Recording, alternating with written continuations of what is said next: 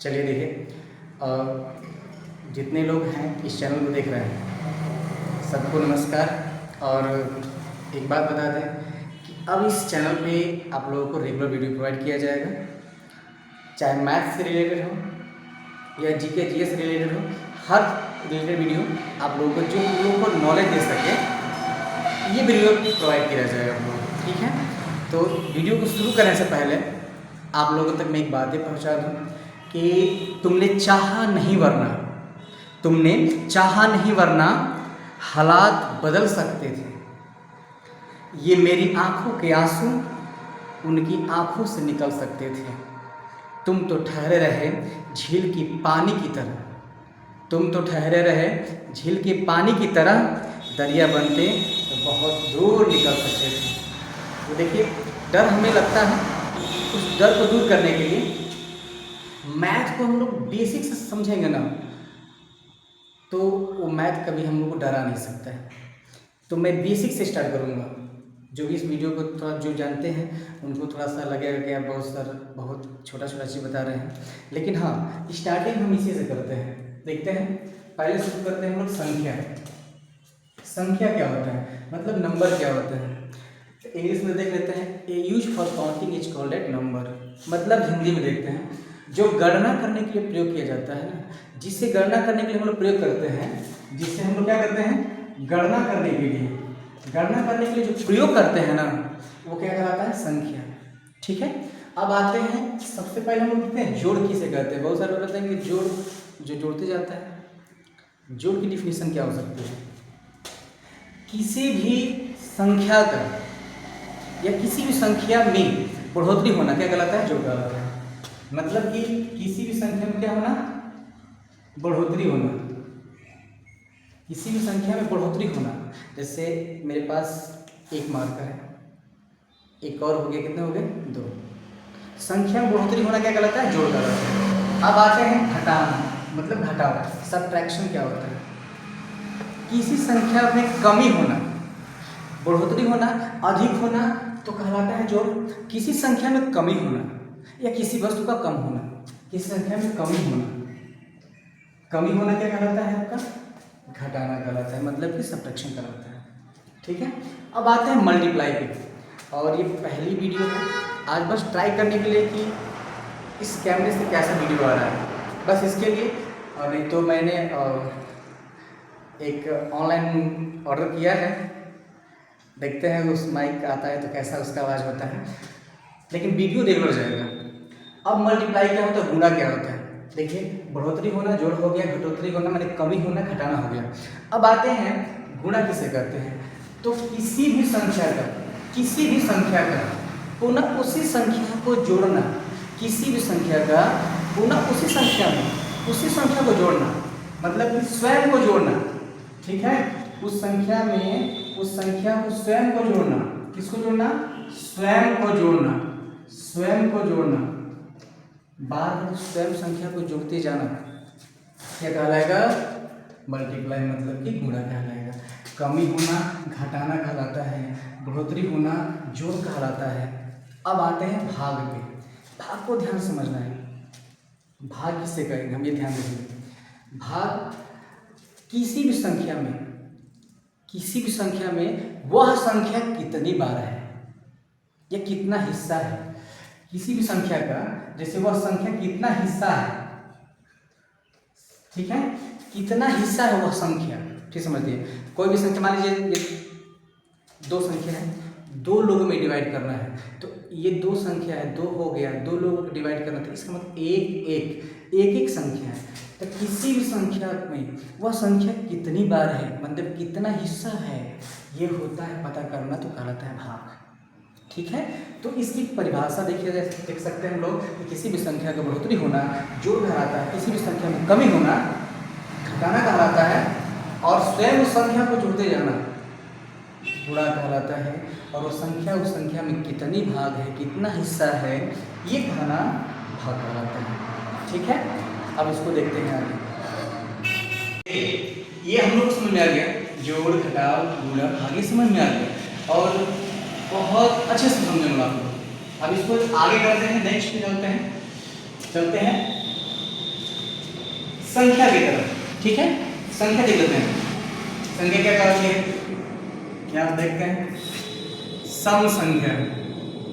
कैसी संख्या, सम संख्या। ये सब आप लोग जानते हैं, ठीक है, बट थोड़ा सा जो कुछ लोग भूल गए हैं उनको याद दिलाना है। सम संख्या क्या होता है, विषम संख्या क्या होता है, ठीक है। सम संख्या क्या होता है, विषम संख्या क्या होता है। आते हैं उसके बाद अभाज्य संख्या क्या होता है, इसके बाद आते हैं भाज्य संख्या क्या होता है। सम संख्या, विषम संख्या, अभाज्य संख्या और भाज्य संख्या होता क्या है, इसको समझते हैं, ठीक है। देख लेते हैं। सम संख्या दो से कटने वाली, दो से कटने वाली, दो से कटने वाली सभी संख्या सम संख्या होती है। जो संख्या दो से कट जाए, जो संख्या दो से पूरी पूरी विभाजित हो जाए वो सम संख्या होती है। उसके बाद आते हैं जो संख्या दो से पूरी पूरी विभाजित न हो, मतलब जो संख्या दो से पूरी पूरी ना कटे, पूरी पूरी ना कटे, मतलब पूरी पूरी विभाजित ना हो, दो से विभाजित ना हो, वो भी सम संख्या होता है, ठीक है। अब आते हैं अभाज्य संख्या। ऐसी संख्या जो एक से कटे, किससे कटे, एक से कटे, एक से कटे और स्वयं से कटे, ठीक है। एक से कटे और स्वयं से कटे, ठीक है। एक से कटे और स्वयं से कटे, अभाज्य संख्या होती है। ऐसी संख्या जो एक से और स्वयं से विभाजित होती है, करती हैं, वो अभाज्य संख्या होता है, ठीक है। अब आते हैं भाज्य संख्या के बारे। इसको समझना बहुत जरूरी है, बहुत जरूरी है इसको समझना।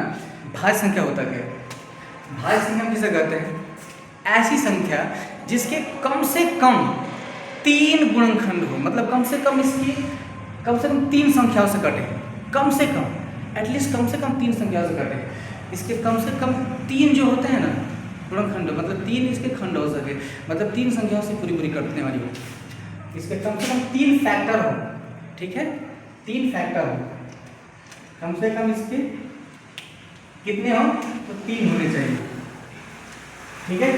कम से कम इसके तीन फैक्टर होने चाहिए। अगर तीन फैक्टर है तो अभाज्य संख्या। फिर से देख लेते हैं, दो से कटने वाली संख्या सभी संख्या सम संख्या कहलाती है। जो संख्या दो से पूरी पूरी विभाजित न हो वो विषम संख्या होती है। जो संख्या एक से और स्वयं से कटती है वो अभाज्य संख्या होती है। इसके बाद आते हैं जो संख्या, जिस संख्या के कम से कम तीन फैक्टर हो, तीन अपवर्त हो, मतलब तीन खंड हो, ठीक है, वो क्या कहलाता है, भाज्य संख्या, ठीक है। अब इसके आगे देखते हैं हम लोग संख्याओं में प्राकृतिक संख्या, पूर्णांक संख्या, ये सब देखते हैं, ठीक है। तो चलिए इसके आगे देखते हैं हम लोग। ये सब बेसिक कॉन्सेप्ट में आता है, ठीक है। अगर बेसिक हम लोग हमारा अगर मजबूत रहता है ना, नींव मजबूत रहता है, तो उसकी दीवारें जो भी बनती हैं वो मजबूत होती है, छत उसका मजबूत होता है। आते हैं पहले पे आते हैं कौन सा, प्राकृतिक संख्या।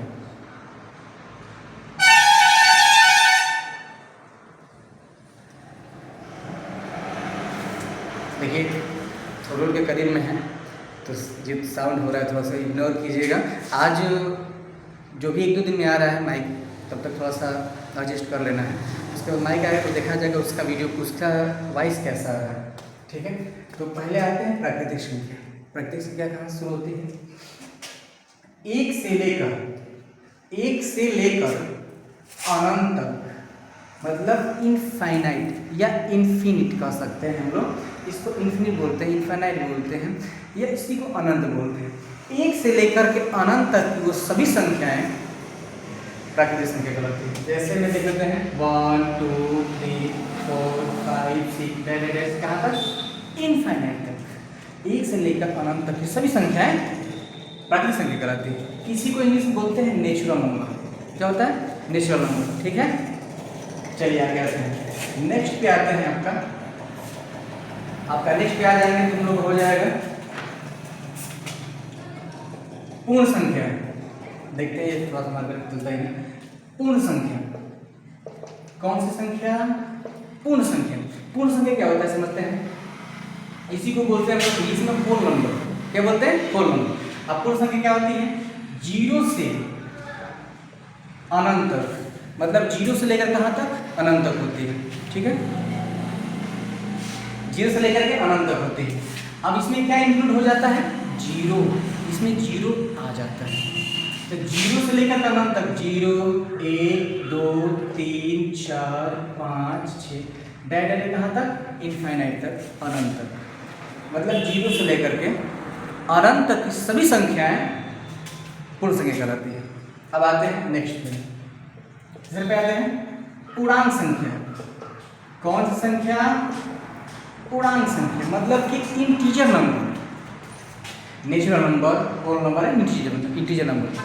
पूर्णांक संख्या क्या होता है देख लेते हैं। 0 से लेकर 0 टू इंफिनिटी पॉजिटिव साइन, मतलब कि 0 से लेकर 0 से अनंत तक धनात्मक तथा ऋणात्मक, मतलब कहां से? 0 से ही धनात्मक तथा ऋणात्मक सभी संख्या।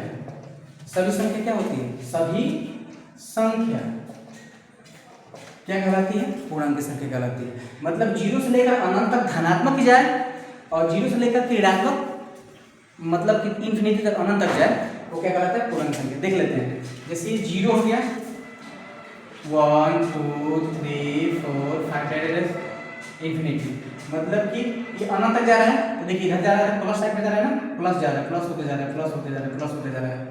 इधर जाएगा तो -1 -2 -3 -4 डायरेक्ट कहाँ तक जाएगा? अनंत। तो वही कह रहे हैं कि 0 से धनात्मक भी अनंत तक जाए और 0 से ऋणात्मक भी, मतलब कि ऋणात्मक भी कहाँ तक जाए? अनंत तक जाए। तो जो 0 से लेकर के धनात्मक भी अनंत तक जाती है और जो 0 से लेकर के ऋणात्मक भी अनंत तक जाती है, वो सभी संख्याएं पूर्णांक संख्या कहलाती है। ठीक है, ये रही पूर्णांक संख्या। ठीक, अब इसके बाद पढ़ लेते हैं परिमेय और अपरिमेय संख्या। ठीक है, देखते हैं।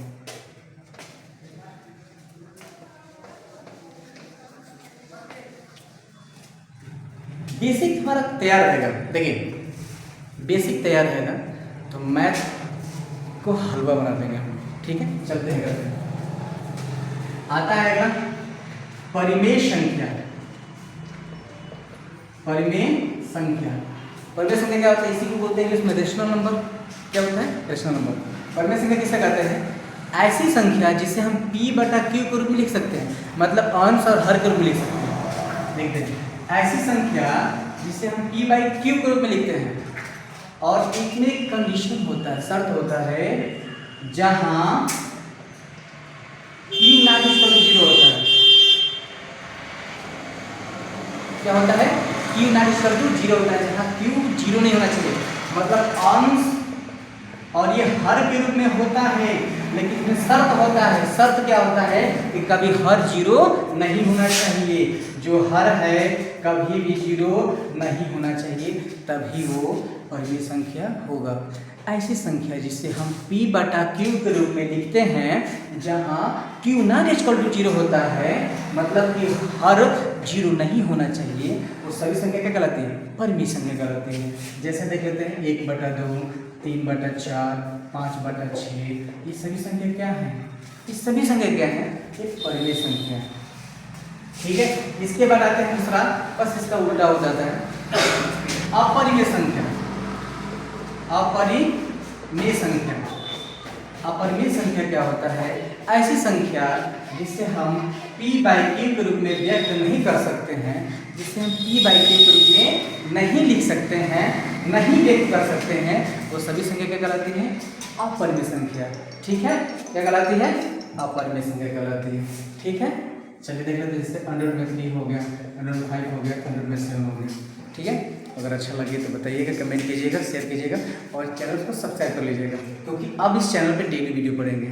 ठीक है, तब तक के लिए आप सभी दोस्तों मित्रों को नमस्कार।